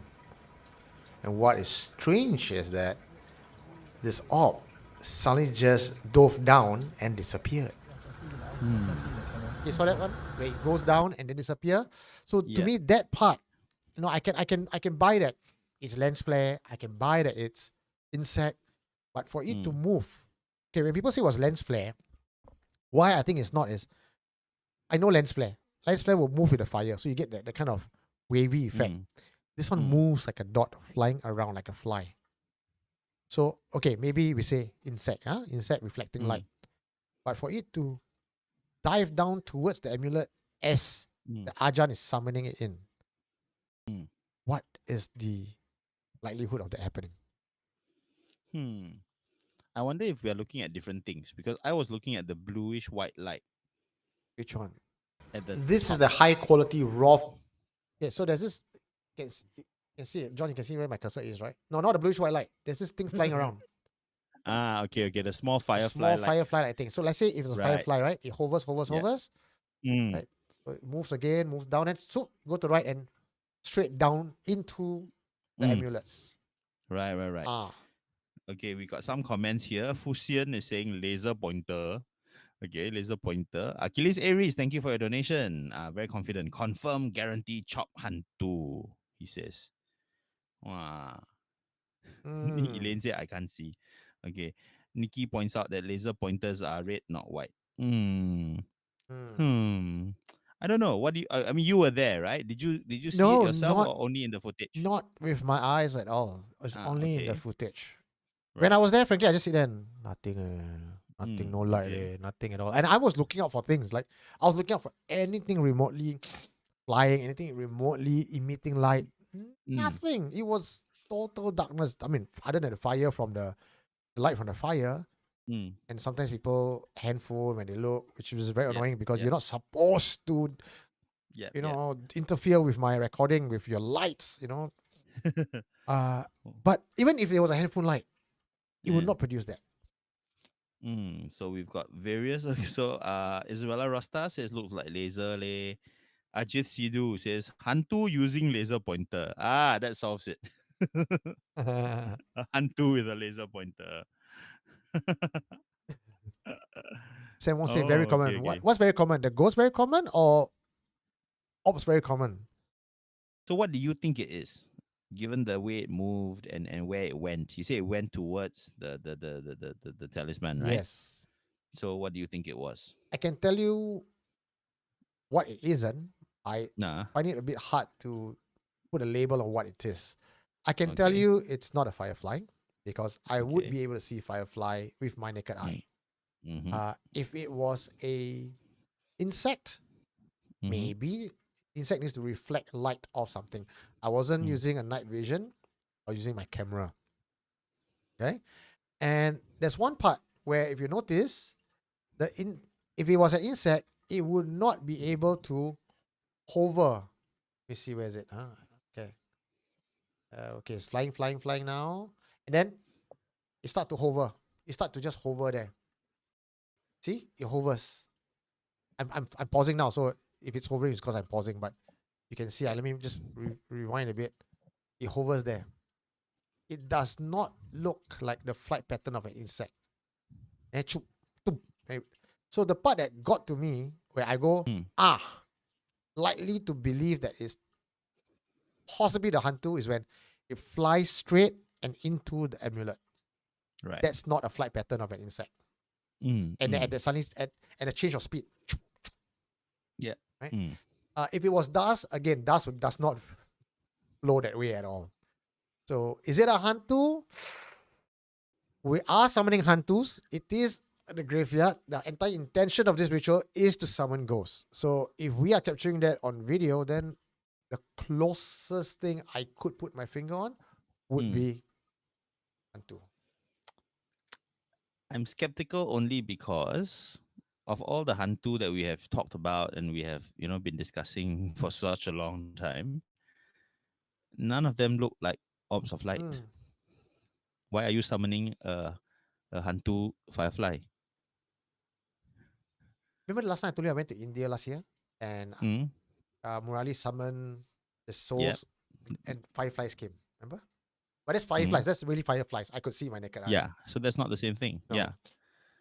You know, I've never seen or not that I've seen a full-fledged hantu, but those of us who have seen hantu, they don't look like fireflies. You know, so Mm. it's a strange form for the hantu to be taking, Mm. especially among people who are ready to see it in any form, Mm. right? If it appeared head or no head, leg or no leg, you know, you're ready for it. You're ready for it. These are people who have seen Hell Guardians and seen all that. Mm. So what is this pinpoint of light? Okay lah. Then maybe you might be a low level ghost that cannot manifest. You come in a form of an energy light. And yet you are the only one that managed to come because Or maybe because in they're all that chanting, one low level or ghost maybe it's came, not one low and level ghost. Maybe nothing it's like else. 100 ghosts coming together into one small light. That's the amount of energy 100 ghosts can emit. TTB says, thank you for your blessings, TTB. It's confirmed lens flare lah. The person holding on top the phone did move. That's me. I was the one holding. No, not me. Yep. Somebody else. This was sent to Right. me. And it's typical for iPhones. I always get that. Maybe. I'll tell you what it reminds me. Huh? What happened? John, can't hear you. John, can't hear you. You might have to reboot. Tiabo.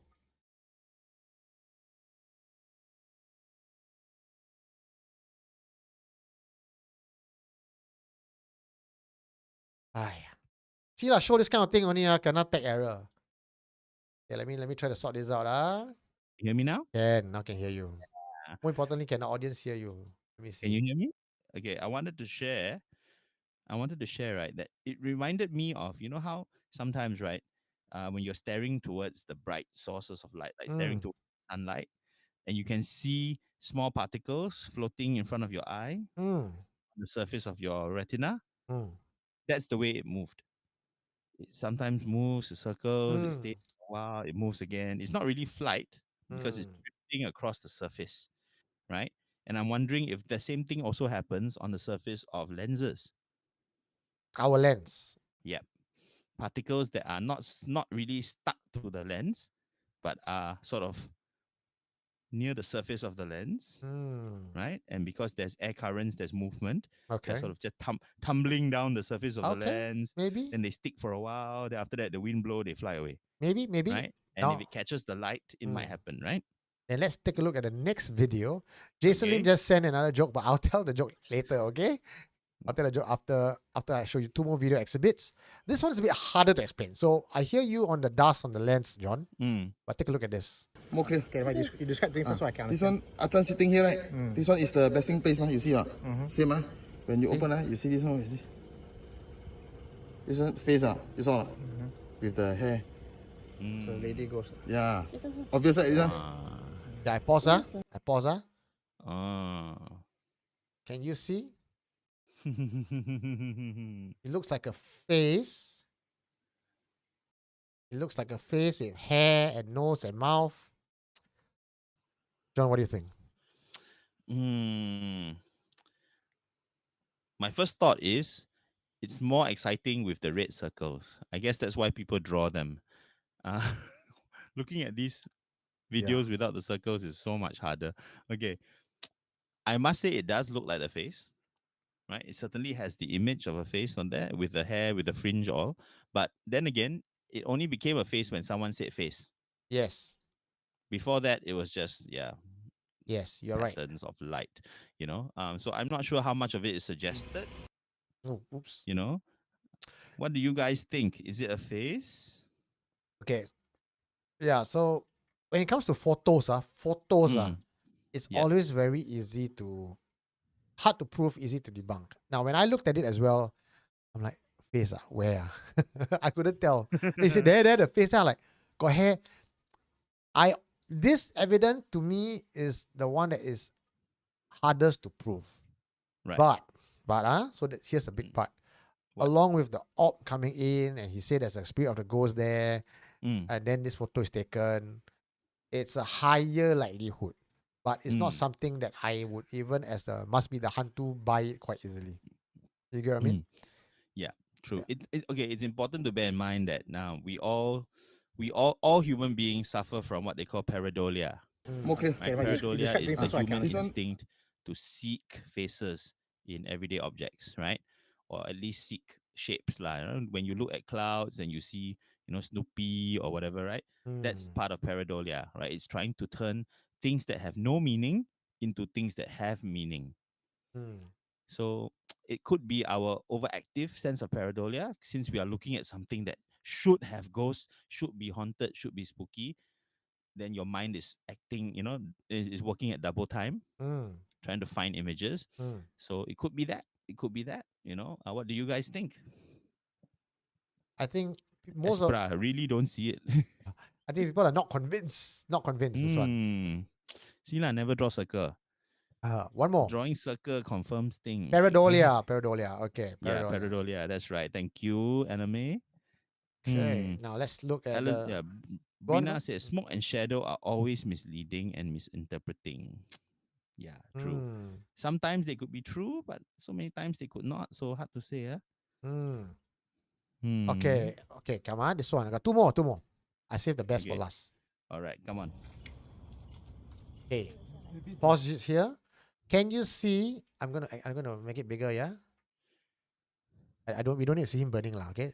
The action is here. Yeah. I enlarge for you, John. Mm. Yeah. Here. Can see? Rewind. See the two things flying there? Up there? Yeah, I see Chuk. something. So how do you explain that? That to me looks like spirits flying around. I'll play it for you again. On a tree. On a tree side, you see? Like there's lights, two lights moving around. So wait, just now you said only one hantu appeared. Now got two hantu making appearance. Nikki is saying this is spirit animals. That's interesting. Hmm. I don't know. I mean, definitely it's mysterious. See? Very clear. This one is very clear. Look at this. Mm. How do you explain this, John? There are other light emitting insects than fireflies, Fireflies are the one that we are familiar with. Hmm. So it could be that it's a much smaller insect that is small enough that you don't see it because it's smaller than a firefly, but able to be seen by the camera. Someone's saying it's a lens flare again. Could be fire reflection. Maybe. Was there ash? There is like you burning things. Then quite possible also, right? But fire reflection, right? Does it appear as an orb? I get what you mean as fire reflection, guys. I get it. I get it. But I mean, okay, to be very honest, none of these appear like orbs because they're just points. yeah. It's a pinpoint. It's not an orb. It's way too small, right? So it's really there's so little surface area to debate over because such a tiny thing. It could be anything. It could be a spark, caught up in a pattern of wind. Unless you observe it for long enough, to understand its pattern of movement, to understand where it's going to. Hard to say. In a brief glimpse like that, could be anything. It seems to be more than a lens flare this time, or dust on the lens. Yeah, definitely. But yeah, hard to say leh. Frankie, that can be Inconclusive. Erin says, no, with the smoke reflecting with lights from reflecting item appears this way. Mm. Can you play slow-mo? Play slow-mo. Ah. I have to manually move the thing slow-mo lah. I cannot move slow-mo. Sorry. This is the best I can do. How high up is that? Up the tree. Up the tree. See if I make the thing smaller. Mm. Make it smaller. It's up. It's up in a tree.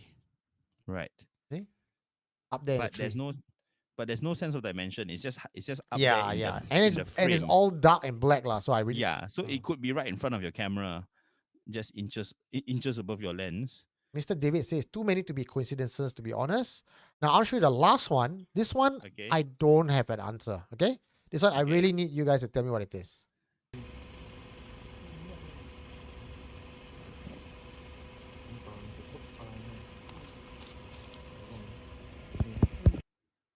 Saw that? No. Sure. Okay. See again. See not? See the green light? Okay, I expand, huh? Because I use the original footage. This is all original high quality footage. No zoom in, no filter, nothing at all. Okay. Okay. Can see, Can see, Yeah.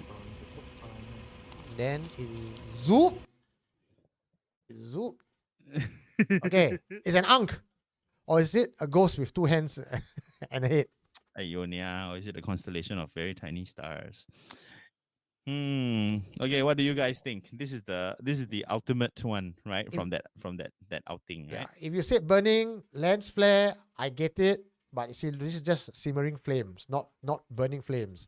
You say insect flying, okay, sure. Now this one, It looks like the tail of something bright filmed in slow-mo lah. That's what it looks like lah. Right? You know those TikToks they do, right? Then you wave the like stick. You get all that. It has that kind of look, but what was causing it, hard to say. It appeared very briefly. Where was it heading towards? Where's that bit extending towards? What's back there? the grave, The grave. the tomb, Oh, the tomb. well. That's where the tomb is. It's coming from the tomb. What do you guys think? Was it something returning home to its tomb? Yeah, I like this one. This one is, of all the evidence that we caught, right? To me, this one is, I have a problem trying to even say what it's not. Say what it's not. Yeah. Someone, It's definitely not all the insects, the dust, the lens flare that I could possibly think of. I mean, maybe my knowledge of science is probably limited, but I have no explanation. This one. Okay, so Sin has an interesting idea. That looks like a vine that someone shine light on. It could be a creeper, right? It has the shape of a tank, like those morning glory creepers. And then if it caught the light for a split second, Except that there's might no, be it. yeah, except that I'm there and there's no creepers in that place, because see, look at the pot there. This is the area where they are doing the praying, and there's nothing above it. It's clear in front of them. Clear. There's no creepers, no plants, nothing hanging. It's an open, like in front of the grave is all concrete, right? Right. So that's the concrete. Where it's floating is from the tomb to the across the concrete part to where the fire is, where it's burning the. Yeah. I put up a poll asking, do you think we managed to catch Hantu in these videos? What's the result?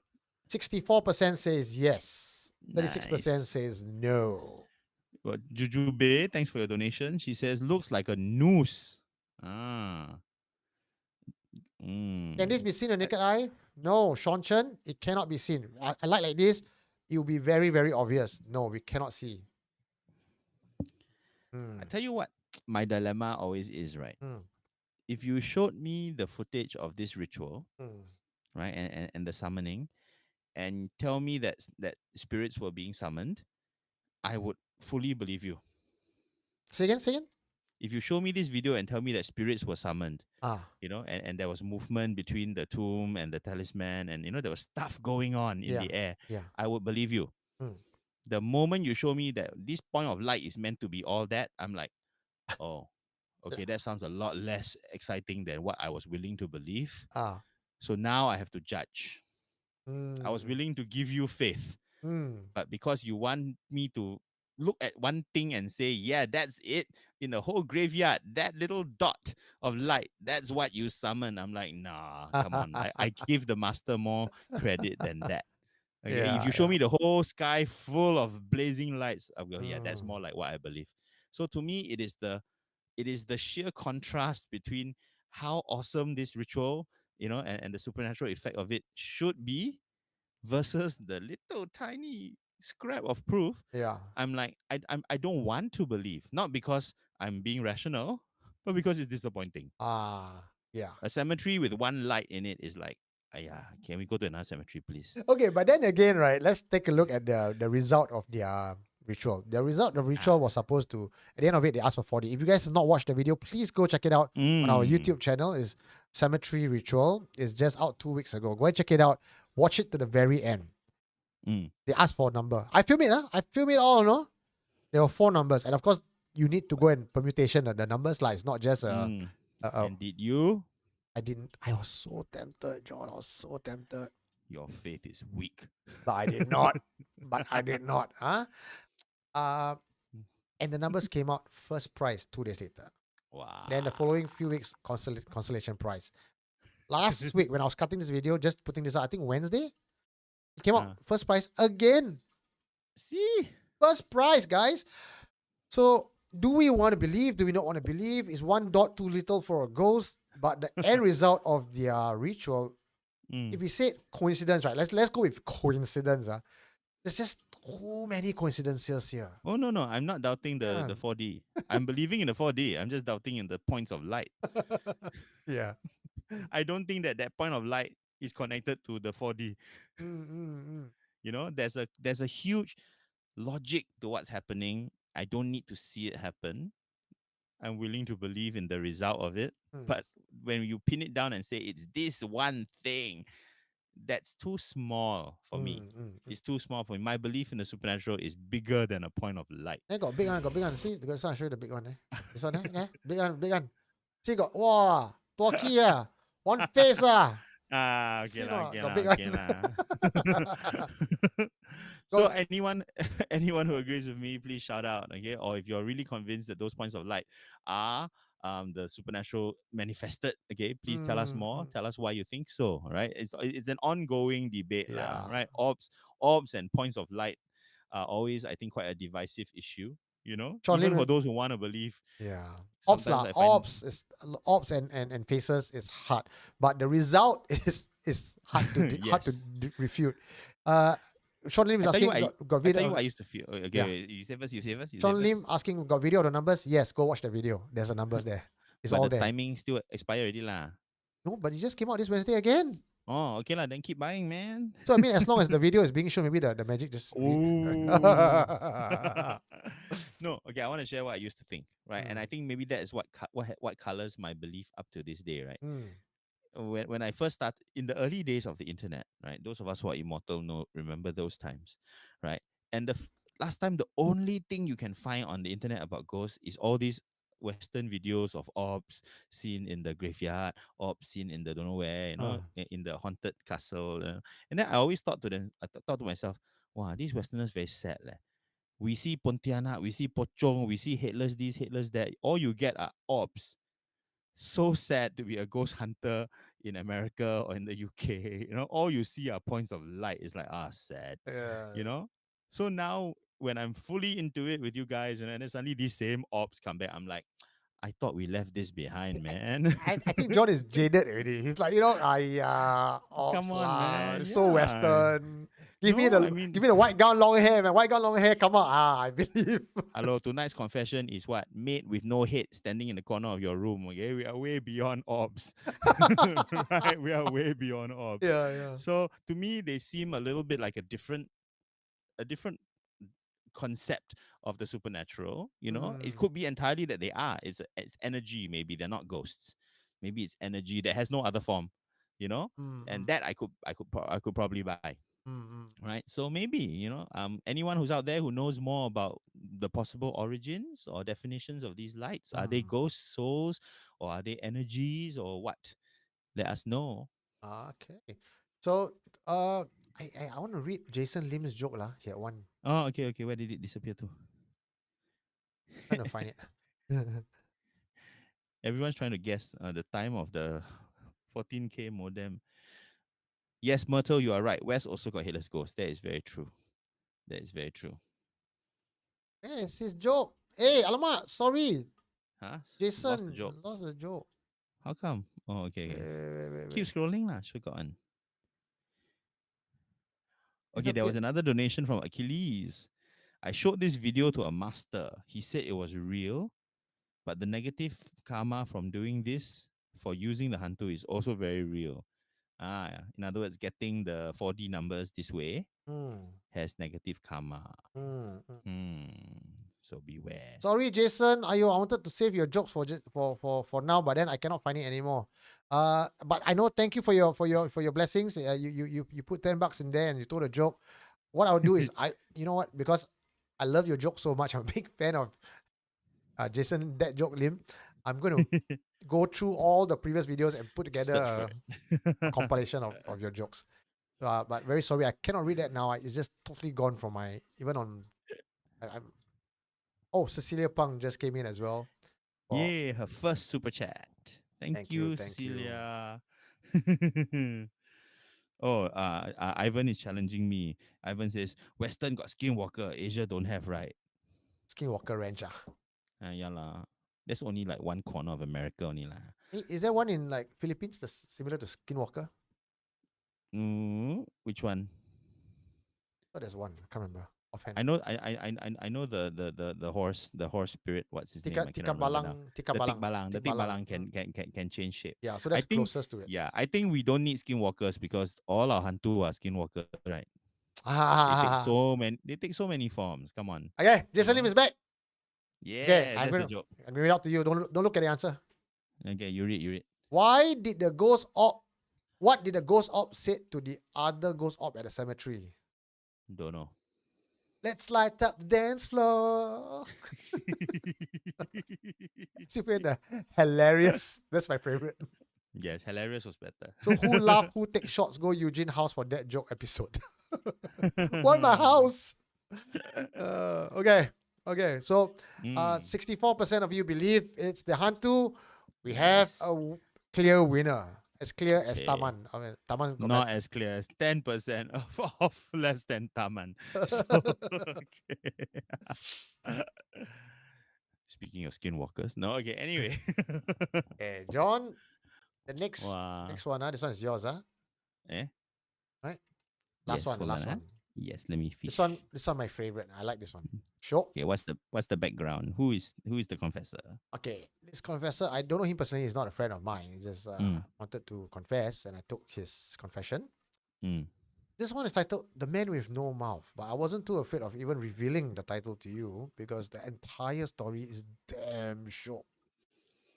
Keras, huh? Keras. Then if you listen to John's voice reading this, double keras. Keras kau kau. Let's go. Let's go. Eugene, thanks for sharing the 7-month ghost stories. It's nice to know that there are others who had similar experiences as well. I only have one experience in life, and I would like to confess that experience. This happened some many years back, but I'm reminded of this incident every time 7-month comes round. Back then, I was still living in Bukit Ho Swee, and during the 7-month timing, the common area under my block would be lit up with candles and burnt offerings. As what you spoke about on the podcast, about what to avoid during the Hungry Ghost Month, I also heard from my grandparents to avoid the offerings and not to even look at the flame, just in case I spot something and something spotted me looking and decide to follow me back. But even being so careful also was not foolproof enough.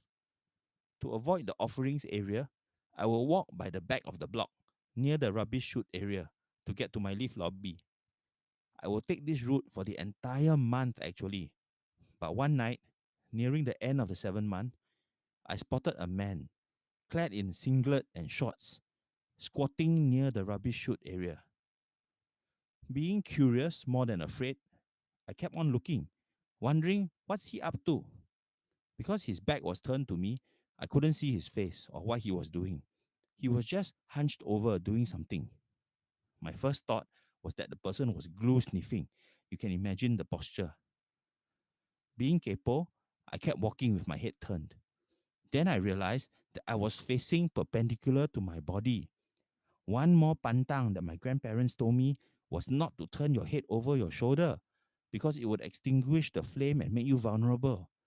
Realizing this a bit too late, I quickly turned back to face front and continued walking. But when I looked ahead, the place had changed.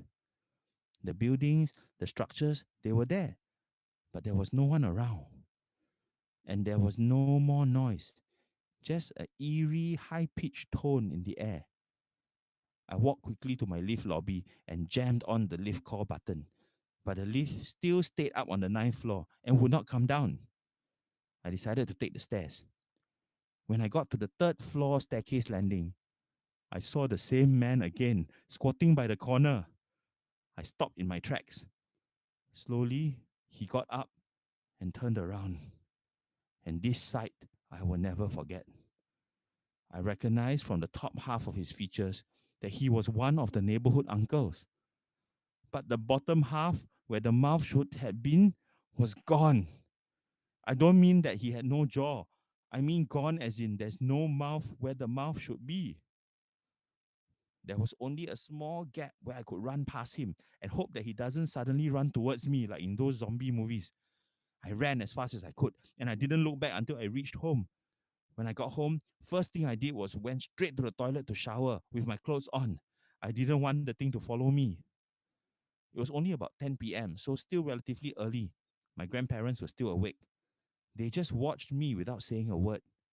When I got out of the bathroom, my grandma said to go to the altar and light 3 joss sticks and pray. She said, "Don't say anything. Go sleep first. Tomorrow then talk." That night, I couldn't sleep.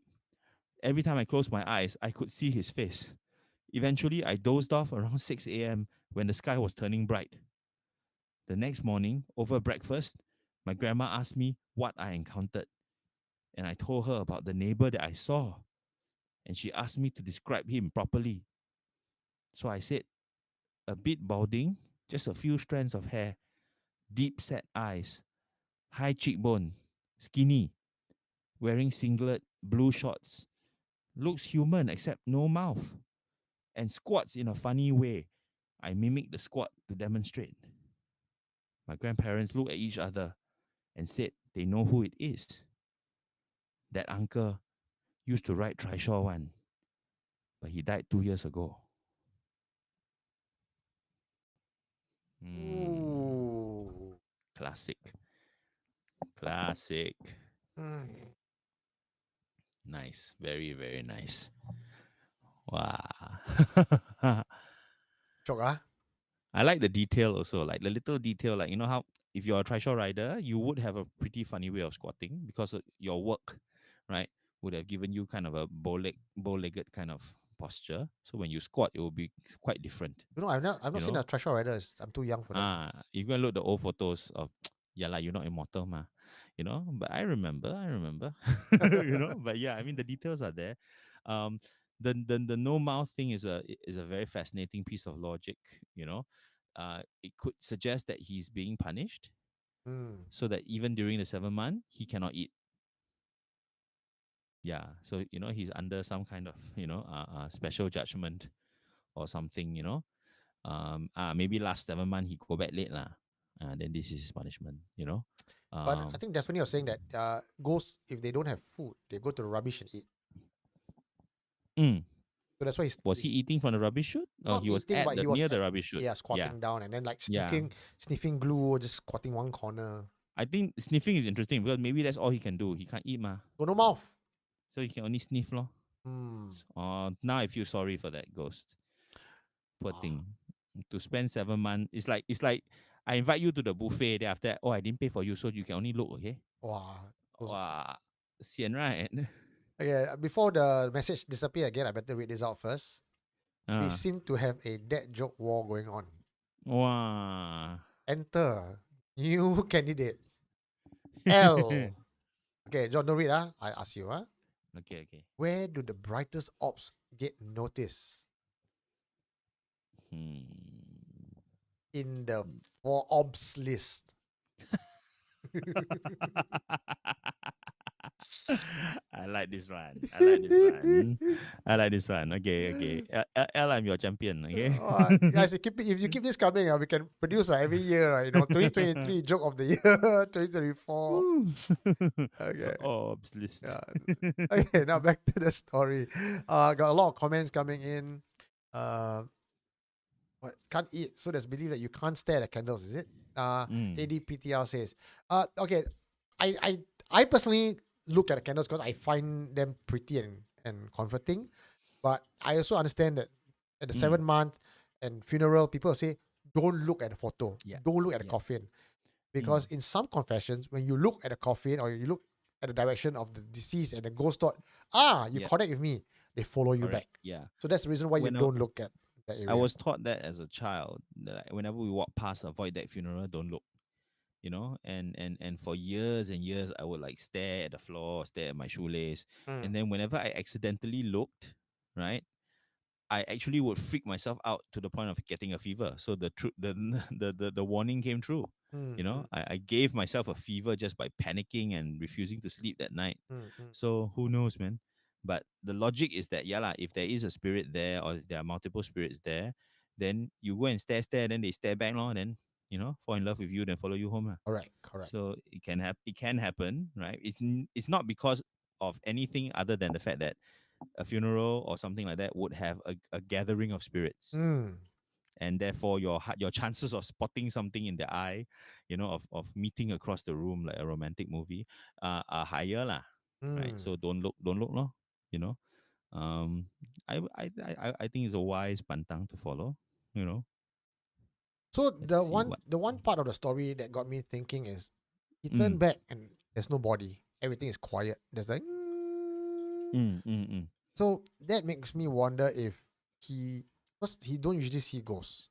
Right. Could he have walked into a realm, to a fissure in our world and their world?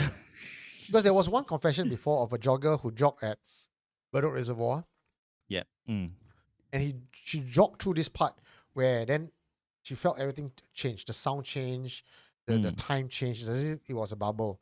And as she ran out of the bubble, there was a hand that sort of about to Yeah. grab her. Remember the story? The Yeah, jogger yeah, with definitely. the scars at the back. Yeah. So this sounds like another one who just accidentally walked into that realm. I think this is different from that one for me. That one was clearly something that was part of the influence of the entity, lah. You know, that it was trapping you or something. It's like you walk into a web, you know, like walk into the creature's web. But this one, I feel like it might be a symptom of just the shock of what he saw. You know, and when fear takes you in that sudden, shocking kind of way, right? Your senses just sharpen, right? I mean, he did it. It was unlikely that there were a lot of people around before that anyway, right? 10 o'clock near the rubbish chute. I'm thinking, yeah, it probably was no one there, but you were suddenly aware of how desolate it was. Oh, like he and was how- frightened and he's like trying to find people Correct. to run to, then he Yeah. realized there's no body. So it's a Correct. realization. So you become so aware. I mean, we even see it depicted in the movies, right? In that moment before the race starts or before you do the challenge, suddenly like the sound becomes, and then everything is sharp and you see things almost as if they're in slow motion, right? It's because your body is just working at hyper speed, you know, to stay safe, to stay alert, right? So I think it's quite explainable. I think by just sort of human responses, you know, because anyway after that then he went home and it was his home lah. You know, way spookier if he went into his bathroom, came out, and then his grandparents were there with no mouth also, right? Then different lah. Then Then you press the leave button, leave never come down. I press the button, my leaf never comes down. You know that part when I read the part, or when I read the part of the confession, right, I thought, is he dead? Like the Sixth Sense, like he realized the lift's not Cannot press the working. leave You know, he realized he's dead. That cannot be lah. He's semi confession. He must still be alive lah. Okay, so this is the best twist that this story can have. Okay, the last line of the story becomes, my grandparents looked at each other and they said they know who it is. That uncle used to ride Trishaw one, but you died 2 years ago. Okay, yeah, like if this one was a movie lah, maybe lah, you know, we can pull this off. Yeah, can you imagine, right? He went home, he opened the door, he go to the bathroom, the grandparents are looking like, isn't this one the dead one? So yes, we shall, when we make our short film, okay, we will make this. Oh man, yeah. It's them, but it's no okay. But the image is creepy, and I think the most creepy moment, which some of you in the group have pointed out, right, is the fact that you go walk up to the third floor and then he's right there. Like there is a scene out of The Eye. Remember the little boy squatting, eating candles, right, and then appearing on the floor, and then after that you move up and he's still there. You know, so it's a classic Asian ghosty kind of thing to do, and super creepy. RSVP by Grace says John's ending very nice. Okay, you got one fan who will watch a movie already. Yeah. Nikki also said, through the Garganta dimension where hollows used to come into human world. Wow, this is not my knowledge, beyond my knowledge. Interesting. Garganta dimension. Wow. Maybe we should bring Nikki on as a guest. Wow. What did I miss? Did I miss Okay. anything? You have been executing powerlifting, gaining size. People talking about getting fat. Halama. What is this? Put yourself in his shoes. I will be scared shitless because it was basically following him. Yeah. So even though the thing didn't look back at him, but he knew that the boy had looked. These things will know when you look. They know that you look because they don't need eyes to see. It's all about intent, right? But what was interesting when I read the confession is, you walk, he turn. Hey, yeah, shit! I just locked my candle. Yeah. True. For those of you who do not know what's that knocking candle thing and a turning head thing, John, you want to regale us with your knowledge of the pantang?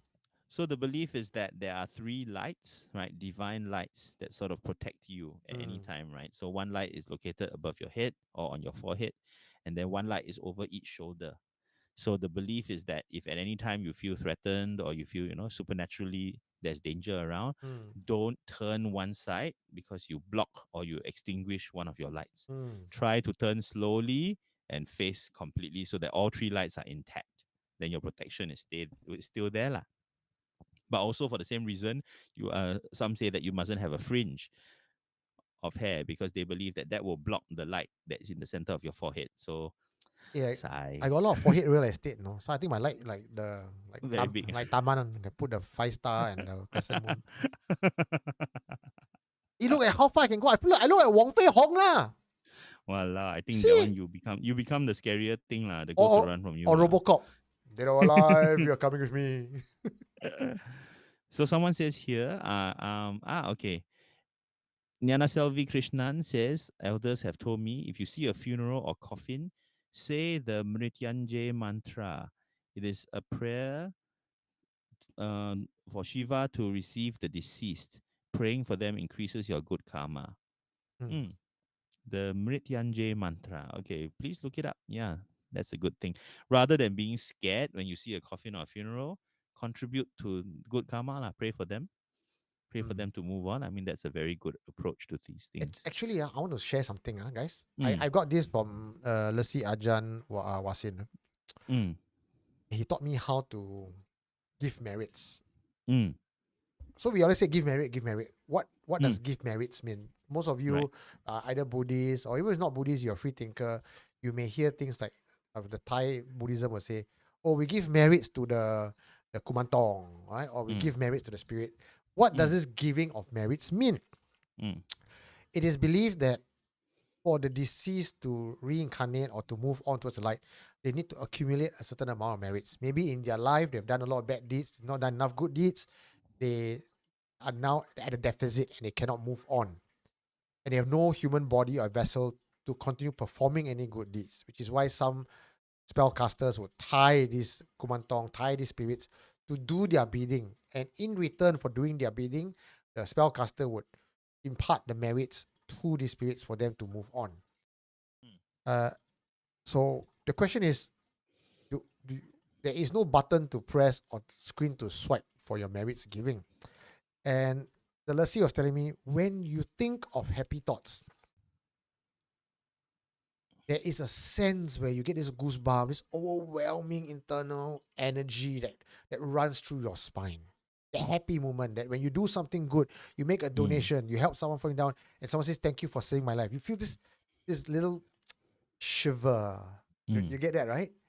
So he says, when he was at my house and he was saying, okay, let's do this merit giving thing.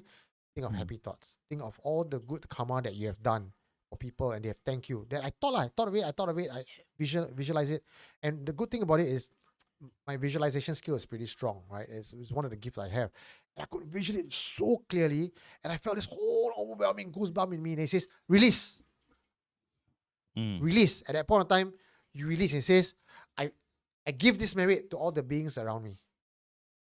That's how you give the merit. It's not just by saying, I give you merit, I give you merit. So again, when you're burning the paper, right? And I mean, end of 7 months is coming. And if you want to burn the paper, yes, you could just burn the paper and says, yeah, I think of the intention and all, almost as a byproduct. But if you want to make it really effective, as you're holding the paper, you internalize it. It says this one is for the Hiati or for the ancestors, and Yep. you get that sense again. You get that whole goosebummy thing, and then you burn. That's where you release the energy. I mean, I do believe. I mean, it's the same as, you know, when you walk past a shrine or you walk past a temple. You know, it may not be a temple you are familiar with. It may not be a faith that you know. You know, but to stop and to just spend a second, spend a moment, you know, in silence and send a message. You know, all these little communications count for something. You know, in a way that we cannot explain, we cannot quantify, right? You know, you cannot keep score, but it makes a difference. You know. So speaking of a good feeling, right? I'm having a good feeling now because Nana Selvi is telling me, "Wow, John, your Sanskrit pronunciation good. Yay! I get A star. Thank you very much. Thank you. I was Nice. just so worried I get it wrong, but okay, thank you so much." Hey. David Chang has a good idea. I think it will work. We must try this one day. What do If you all say? 3 lights extinguish, use a lighter to get them back.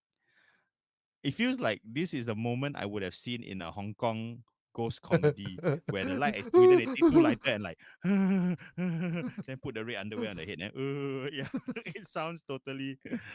So if no one has ever done that in a Hong Kong film or any comedy film, my- let's be the first. But my windproof, how? Got no fire. Die. Take the kitchen one, the light the gas stove one. Got a lot of forehead. See? That's it. Stick it to your forehead. Okay. All right, man. We have just created cinematic history. Okay. Alrighty, folks. I think we have come to the end of the show today. I hope you enjoyed this particular episode. Navinet is asking for school teacher. Yes. Hold on, let me go and dig. Let me go and dig. Noted. There might be some stories that would make the cut for Friday Night Live. I enjoyed today. Yeah, today. it was good. It was good to spend almost an entire month talking about 7-Man. You know, this is the first time we've given it so much attention. You know, I think we got lots of ideas out of it, lots of theories. And You know, like the KK Hing was saying, "Walao, sometimes we we go on the fringe lah and all that." He's like, not scary enough. One full month of keras classic horror for you all. Now can we go on the fringe next time, really? Cut us some slack. Okay, there's one series I want to pull, John, and maybe if you guys can let me put a poll before we go off. I'm thinking about it, but I'm not sure whether you guys will love it. Would you like a episode of failed confessions? All the bloopers, all the cannot make it.